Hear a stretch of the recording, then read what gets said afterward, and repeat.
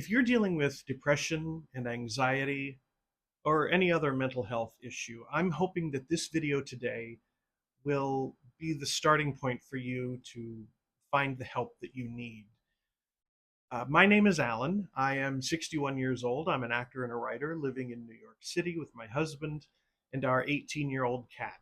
And I put videos on this platform to uplift and support my 50 plus LGBTQIA plus community out there because it's my desire to help all of you find the answers that you're looking for. And we're talking about depression today, so I want to start this off with a caveat. I am not a mental health professional. I am not licensed in any way. I am only sharing with you my experiences. And before we get too far into this, if you are currently in crisis while you're watching this, turn off the video and call 988. 988. That is the National Mental Health Hotline. And you can text, you can uh, chat online, you can have a regular person to person phone call. There are mental health professionals there who can help guide you to the care that you need. So if you take anything away from this, please take 988 and just know that that is a good resource for you.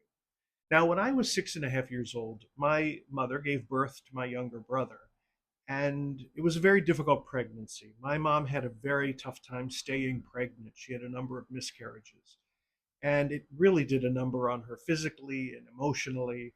And she had a complete nervous breakdown after my brother was born. She subsequently started seeing a psychiatrist and was put on all of these different medications that, as far as I could see, just doped her up and made her sleep all the time. And she hated it. And I remember it feeling like I didn't have a mother for a portion of my young life. And my brother, being just a baby, was denied, the care of a mother at the most important time when he's literally a newborn.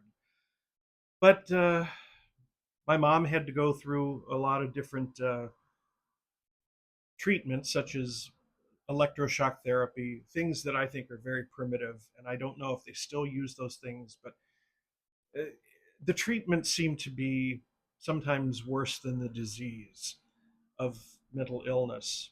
So much so that as I got older and developed my own issues, my own depression, my own anxiety, I was willing to talk to a therapist, a professional, and I've talked to therapists my entire life. I do to this day.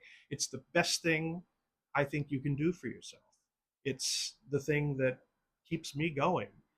But I was so reticent about taking pharmaceuticals because I had in my mind what my mom had gone through when I was a kid. Well, pharmaceuticals have come a very long way, and they're much more nuanced, uh, much better medications now. So, just within the last year, I decided I needed to seek a little pharmaceutical help, and I am so glad that I did. It was done very carefully with my doctor's guidance and with a lot of pre planning and discussion. It wasn't just, here, take this. It was, let's try this and let's see dosages and things like that. And it really, for me, has been just something to set me free and to make me feel more centered, more grounded, less brain chattery. We all have different things. How our depression and our anxiety affects us in different ways. My whole thing was that I felt that I needed to take care of everybody else and that I had to put myself last. And since I've started the medication I'm on, I feel normal. I feel very,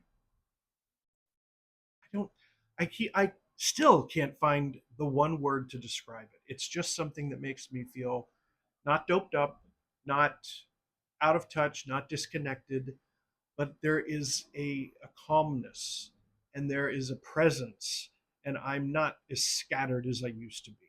So I am a big proponent for exploring those options. And so if you think that that might be something you want to do, I would really encourage you to speak with your doctor, to, see what they think and listen to their advice.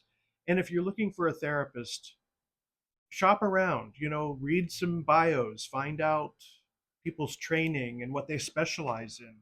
And especially if you're older, as we are, and a member of our LGBTQIA plus community, find somebody that works with our community and can relate to us, because that's very important. Because you should be able to say anything in therapy. I know some people that have gone into therapy and they're afraid to say certain things, and it's like, well, then why are you talking to this person? You need to be able to trust this person and say what you need to say. So that's it. Um, Thank you for listening. I know we're all dealing with a lot right now, and that's why I wanted to talk about this, and we can talk about it more in the future.